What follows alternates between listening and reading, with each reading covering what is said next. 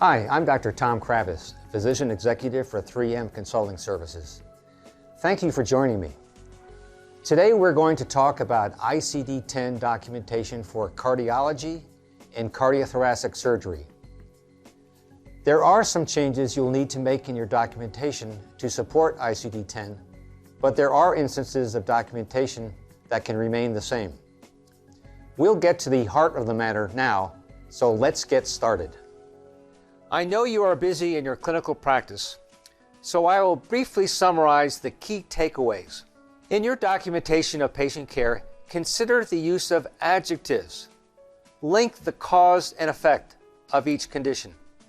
Be specific about aspects of a disease and each anatomical site, and use exact dates when appropriate.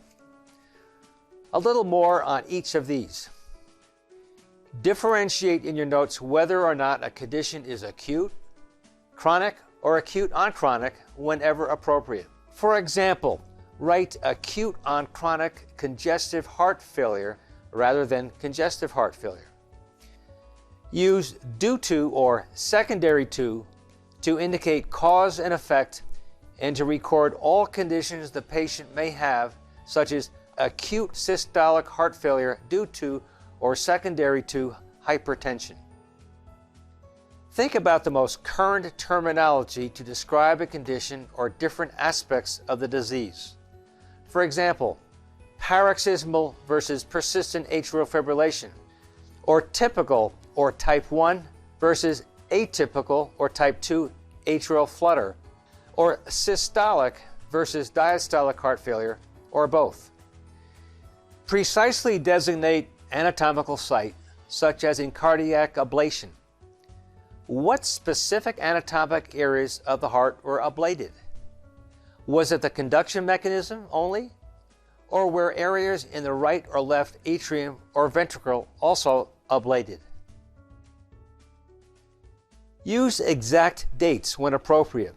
For example, when a patient is admitted for acute myocardial infarction and the patient previously had a recent MI, document the exact date of the recent MI.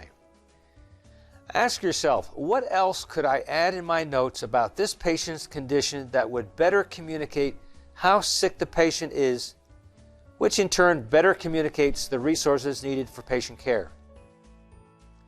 Incorporating these aspects into your documentation will result in an accurate picture of your patient's severity of illness and risk of mortality. This in turn will result in accurate public reporting on quality and outcomes. And it will help reduce the number of queries you receive to clarify your documentation. In the upcoming slides, we'll take a look at some diseases and procedures that have new documentation requirements under ICD-10. As in ICD-9, ICD-10 continues to classify CAD by native coronary artery or bypass graft, and if the CAD is of a bypass graft, the type of graft. These should already be elements of your documentation. What's different in ICD-10? Combination codes are provided for CAD with and without angina. When your patient has CAD with angina, your documentation of angina should include the type, if other than angina pectoris, such as unstable angina or angina with documented spasm. For example, ICD-10 code I25.710 is reported when you document CAD of saphenous vein bypass graft and unstable angina pectoris. As physicians, we know what the clinical term acute coronary syndrome means, but in ICD-10, acute coronary syndrome is assigned to the non-specific diagnosis code of acute ischemic heart disease unspecified. If you can describe ACS more specifically as intermediate or insufficiency coronary syndrome, unstable angina, or coronary slow flow syndrome, these terms rather than ACS should be documented and will result in codes that give a more accurate picture of what you are treating. As in ICD-9, ICD-10 classifies myocardial infarction by type, STEMI versus non-STEMI. New in ICD-10 is the ability to report the site or location of a STEMI by coronary artery affected. If at the time of diagnosis you don't know the coronary artery, document as much as you do know, such as the wall of heart affected. Note that no additional documentation is needed for the location of non-STEMI. Here are some examples of ICD-10 codes for a STEMI. Note that the codes are first categorized by anterior or inferior wall, then additional specificity is provided for the coronary artery. Also note that certain terms crosswalk to certain codes. For example, a transmural myocardial infarction of the inferior wall is coded to other coronary artery. The key here is describing the MI as specifically as you can regarding the type and location in terms of the artery, wall, or other site affected. Unique ICD-10 codes are used to identify patients who present with an MI that is occurring within 4 weeks of a previous MI. When a patient is admitted with an MI and the patient has a history of a recent MI, document the date of the recent MI, the type as either STEMI or non-STEMI, and in the case of a STEMI, the wall of the heart that is affected. We see here in this example of medical record documentation that the patient presented with an acute STEMI of the LMCA, and the patient had a history of non-STEMI last month. Improved documentation for ICD-10 includes either the exact date of the previous non-STEMI or the number of weeks since it occurred.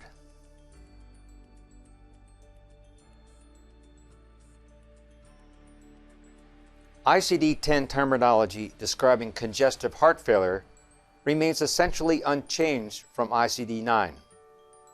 However, there is currently an opportunity for improvement in documenting this diagnosis.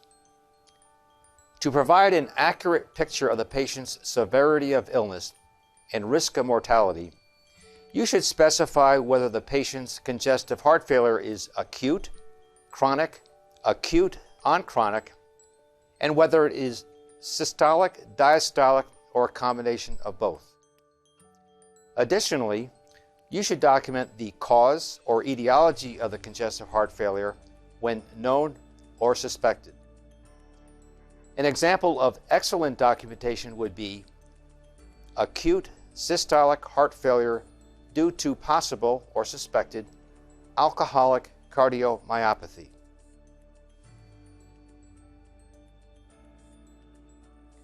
New terminology in ICD-10 provides the ability to report the type of atrial fibrillation as paroxysmal, persistent, or chronic, and atrial flutter as typical or type 1, and atypical or type 2. When you can more precisely describe these conditions, these are the terms you should document in your notes rather than just atrial fib or atrial flutter. ICD-9 did not differentiate between a diagnosis of respiratory failure and acute respiratory failure. The good news is that ICD-10 does. When appropriate, you should document respiratory failure as acute, chronic, or acute on chronic. Additionally, also specify if hypoxia or hypercapnia, or both, is associated with the respiratory failure. Remember, coders cannot interpret the results of tests such as arterial blood gases. They must rely on your documentation. At times, we see respiratory insufficiency and respiratory distress used interchangeably with respiratory failure. Respiratory insufficiency and distress are signs and symptoms of an underlying condition and are coded differently from respiratory failure in ICD-10. Be clear on your intended diagnosis. Severity of illness will not be reported accurately if you use one term when you mean another. Additionally, document the cause or etiology of respiratory failure, such as due to COPD, surgery, or trauma. When pulmonary insufficiency is due to surgery, documentation should describe a cause and effect relationship, and it should be further described as acute or chronic. For example, acute pulmonary insufficiency due to surgery 2 days ago. FYI, one of the differences in ICD-10 is that pulmonary insufficiency due to surgery will be classified as either due to thoracic or non-thoracic surgery. What's new here? ICD-10 has a new combination code to capture the patient who has a pulmonary embolism with acute cor pulmonale. The takeaway here is the documentation of cor pulmonale and whether it is acute or chronic. What stays the same is that you still need to document the type of pulmonary embolism, such as septic or saddle, and whether the pulmonary embolism is acute, chronic, or healed or old. History of PE can be interpreted to mean the patient has had the condition for a while, such as in history of hypertension, or interpreted to mean the patient no longer has the condition. Documentation of chronic pulmonary embolism versus healed or old PE makes a clear distinction and assures that the severity of illness of your patient is reported accurately. Severity of illness is increased when a patient has a chronic pulmonary embolism, but there is no impact on the severity of illness when the patient has a personal history of pulmonary embolism.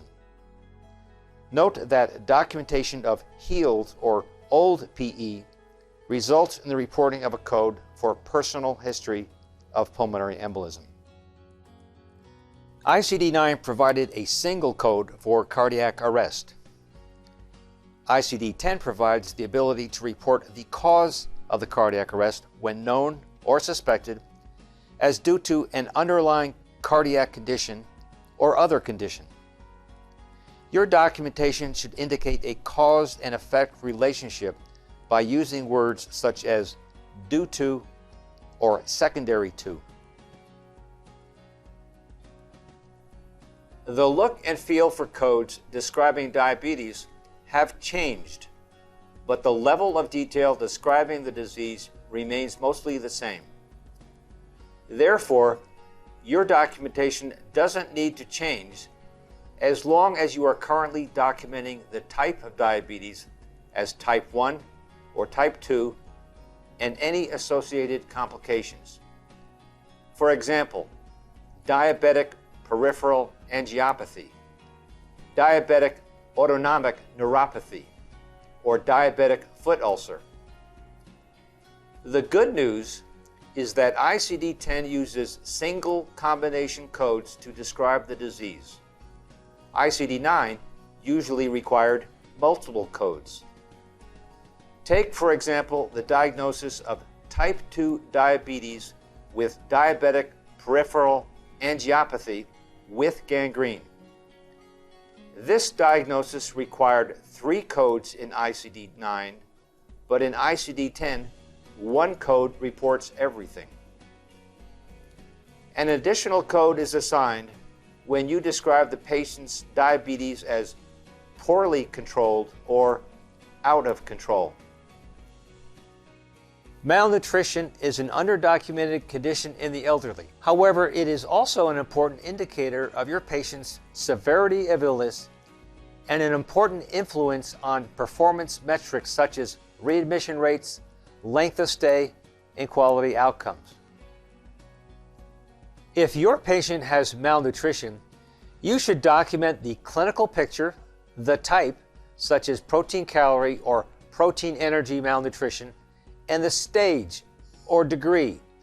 For example, mild, moderate, or severe, or first, second, and third degree.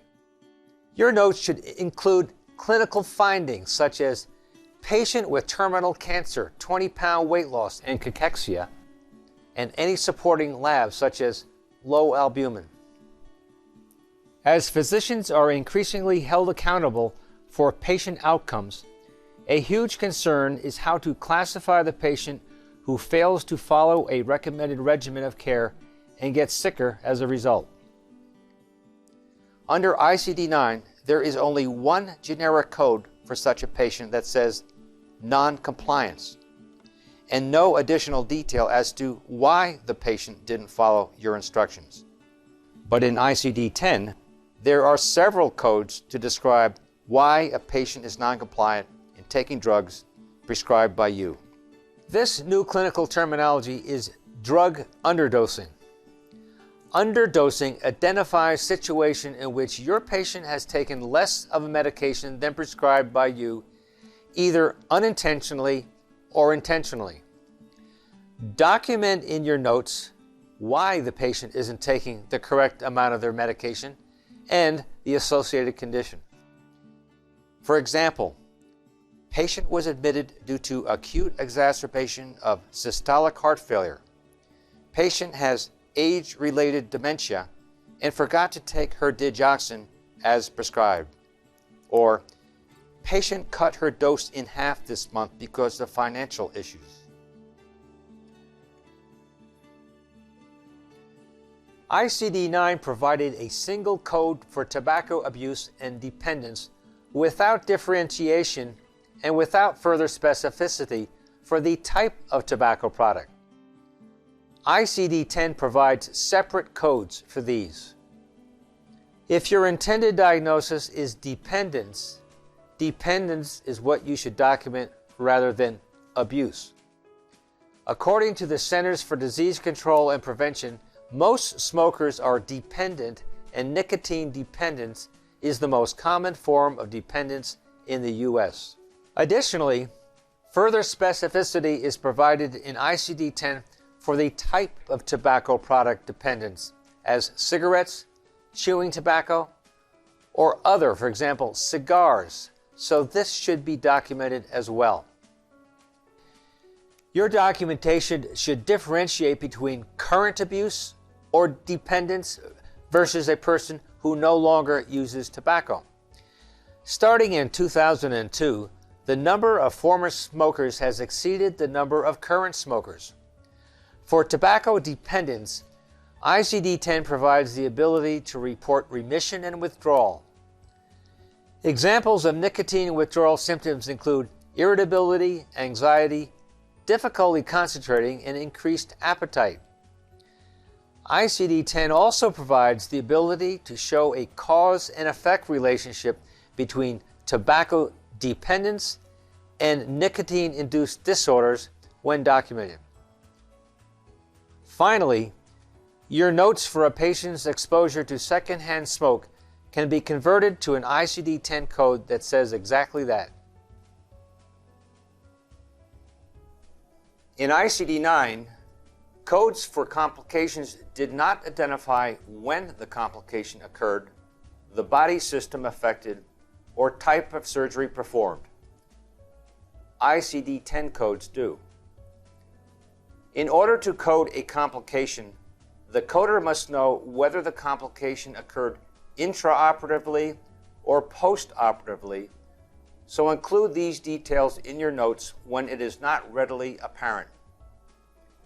Additional elements needed for code assignment, which the coder should be able to determine from the record, are body system of organ affected and body system on which the procedure was performed. For example, as seen here, ICD-10 provides 4 codes to differentiate intraoperative or postoperative cardiac arrest and the type of surgery performed as cardiac or other.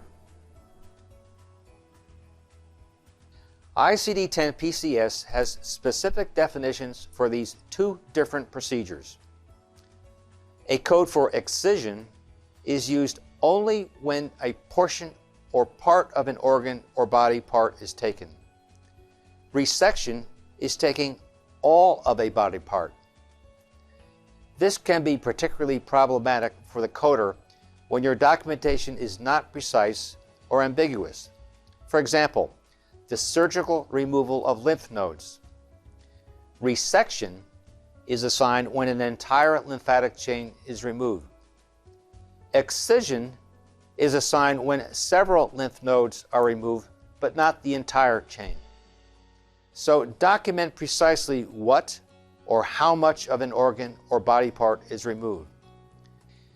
You don't have to use the words excision and resection according to coding definitions. The coder will apply the definitions based on your documentation of what and how much was surgically removed.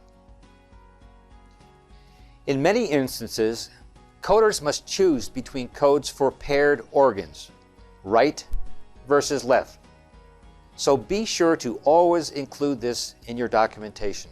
In the case of harvesting of the saphenous vein for coronary artery bypass grafting, document whether you'd remove the right or left vein, or both, and whether it was the greater or lesser saphenous vein. Documentation of coronary artery angioplasty requires you to specify the number of sites within the coronary arteries and not just the number of coronary arteries that were dilated. Stents should be described as drug-eluting or non-drug-eluting or bare metal. Here you see the table the coder will use to construct a code.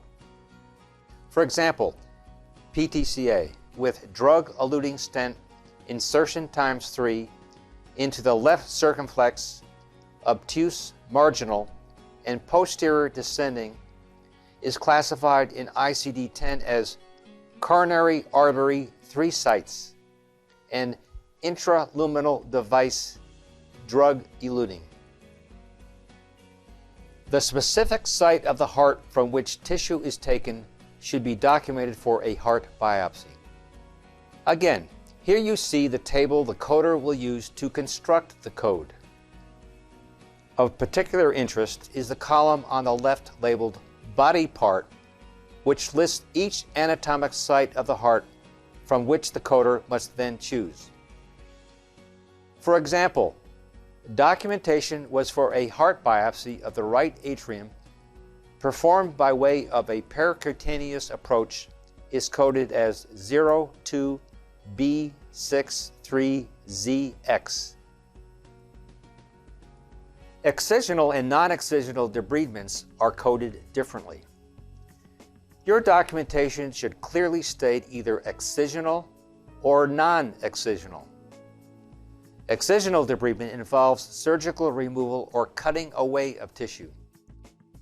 This is different from a procedure that is non-excisional or mechanical debridement, and which may simply involve brushing, scrubbing, and/or washing. In the case of an excisional debridement, your documentation should state the depth of the debridement or the deepest point from which the tissue was debrided. Was your procedure limited to the skin only, or was subcutaneous tissue also debrided? A single code is assigned based on the deepest layer debrided. Each tissue layer results in a different code. ICD-10 requires more detailed descriptions in your documentation of anatomical site and aspects of a disease, condition, procedure, and circumstances of patient encounters. The information generated from ICD-10 codes will result in a more accurate picture of your patients, their severity of illness, risk of mortality, and the services rendered. This in turn will result in accurate public reporting on quality and outcomes. Should you have questions about documentation for a particular diagnosis or procedure, your hospital's clinical documentation improvement specialist should be your first stop. The coding staff in your Health Information Management Department is a valuable resource as well. Thanks for joining me, and have a great day.